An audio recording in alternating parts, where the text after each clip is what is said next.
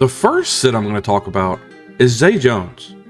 Jones has been getting a decent number of targets this season, but he really hasn't made much of that situation. The most yards he's had in week 3 was with 85 yards.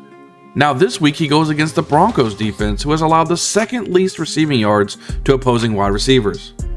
I see Zay Jones as having a hard time this week against this secondary. He may see a good number of targets, but having a strong fantasy day just really seems unlikely. Sit Jones in week 8. The next sit will be Michael Gallup. Gallup just isn't really looking like he's a part of this offense, and it doesn't even seem that Dak is looking Gallup's way. He had 2 targets last week, and this week he's going up against the Bears defense, which ranks 3rd best in the NFL in yards allowed to opposing wide receivers. Do yourself a favor and stay far away from Gallup in week 8. My last sit would be Amari Cooper. This sit is more of a result of just a lack of offensive production and less of an Amari Cooper talent type of review.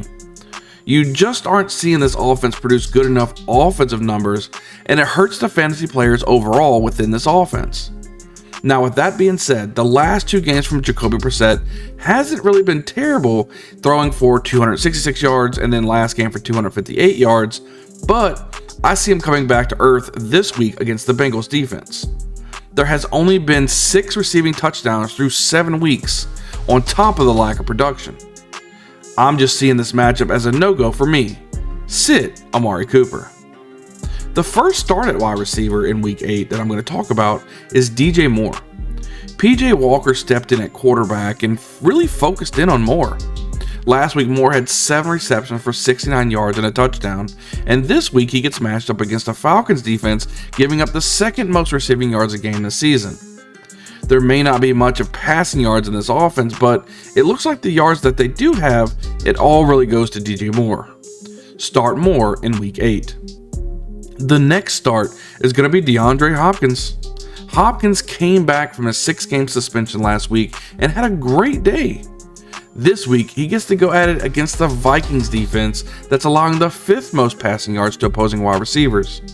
With the Cardinals offense focusing on getting Hopkins the ball, you should see a very large fantasy day from Hopkins in week 8.